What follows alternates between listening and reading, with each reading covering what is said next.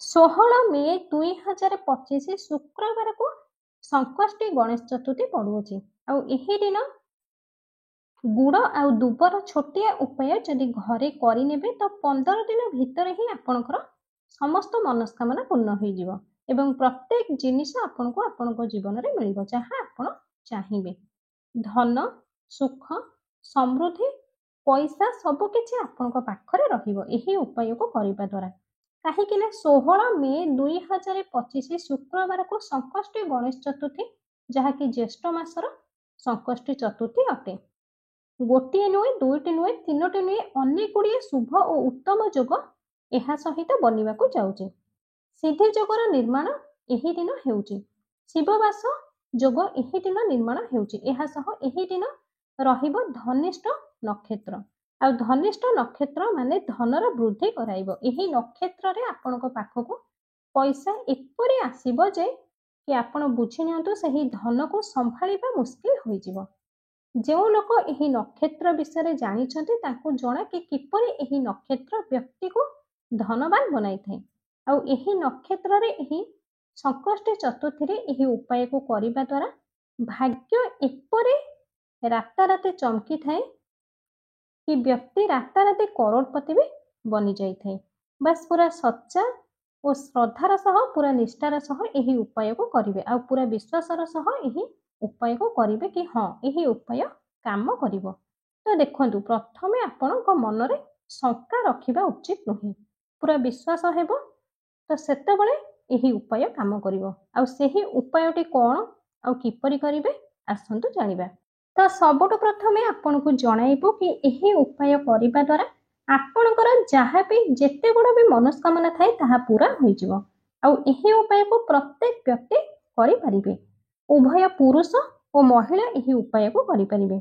ଆଉ ଉପାୟକୁ ଆପଣଙ୍କ ଘରେ ହିଁ କରିବେ। ଆଉ ଏହି ଉପାୟକୁ ଆପଣ ସକାଳେ କରିପାରିବେ, ସନ୍ଧ୍ୟାରେ ବି କରିପାରିବେ। ଆଉ ଏହି ଉପାୟ କରିବା ପାଇଁ ଆପଣଙ୍କୁ ନେବାକୁ ପଡ଼ିବ ଗୁଡ଼।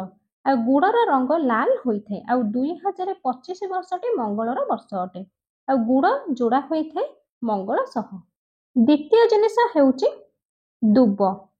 ଦୁବ କ'ଣ ପାଇଁ ନେବେ? କାରଣ ଦୁବ ଭଗବାନ ଗଣେଶଙ୍କୁ ସବୁଠୁ ଅଧିକ ପ୍ରିୟ ହୋଇଥାଏ।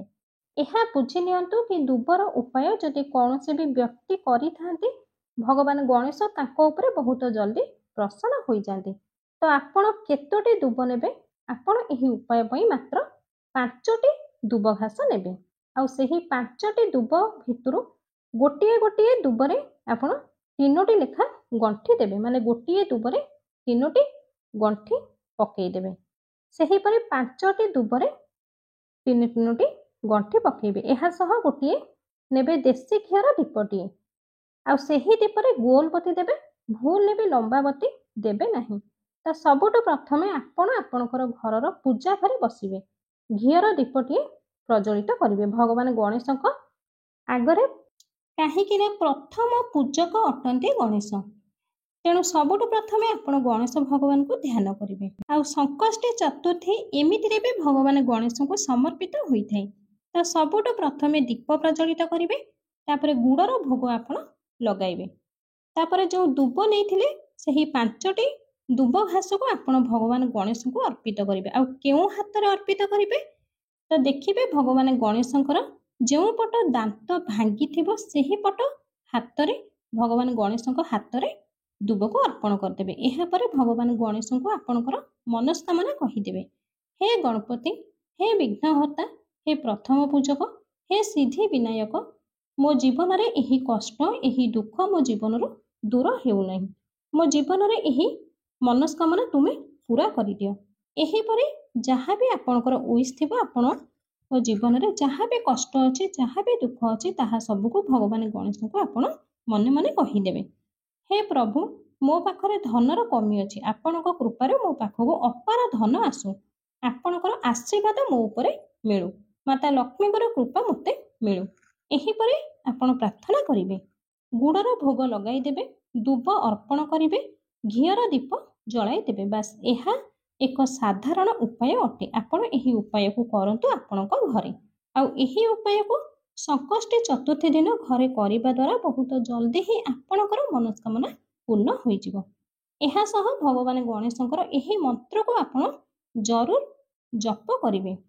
ଆଉ ସେହି ମନ୍ତ୍ରଟି ହେଉଛି ଓମ୍ ଗଣ ଗଣପତେ ନମଃ। ତ ଏହି ମନ୍ତ୍ରଟି ଶୁଭ ଆହୁରି ଉତ୍ତମ ମନ୍ତ୍ରଟି। ନିହାତି ଆପଣ ଏହି ମନ୍ତ୍ରକୁ ଜପ କରିବେ।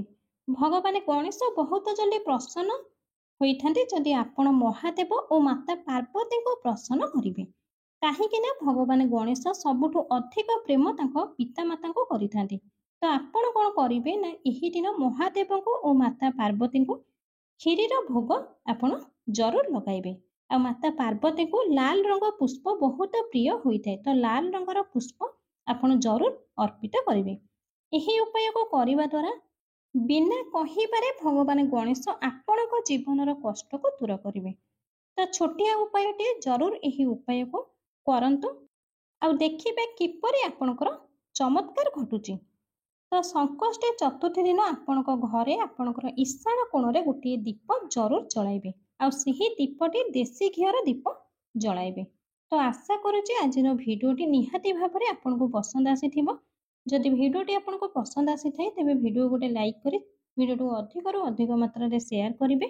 ଆମ ଚ୍ୟାନେଲରେ ଯଦି ଆପଣମାନେ ନୂଆ ଅଛନ୍ତି ଏପର୍ଯ୍ୟନ୍ତ ଚ୍ୟାନେଲକୁ ସବସ୍କ୍ରାଇବ୍ କରିନାହାନ୍ତି ତାହେଲେ ଏବେ ହିଁ ଚ୍ୟାନେଲକୁ ସବସ୍କ୍ରାଇବ୍ କରି ପାଖରେ ଥିବା ବେଲ୍ ଆଇକନଟିକୁ ଦବାଇ ଦେବେ ଏବଂ କମେଣ୍ଟ ବକ୍ସରେ ଓମ୍ ଗଣ ଗଣପତେ ନମଃ ଅବଶ୍ୟ ଲେଖିଦେବେ।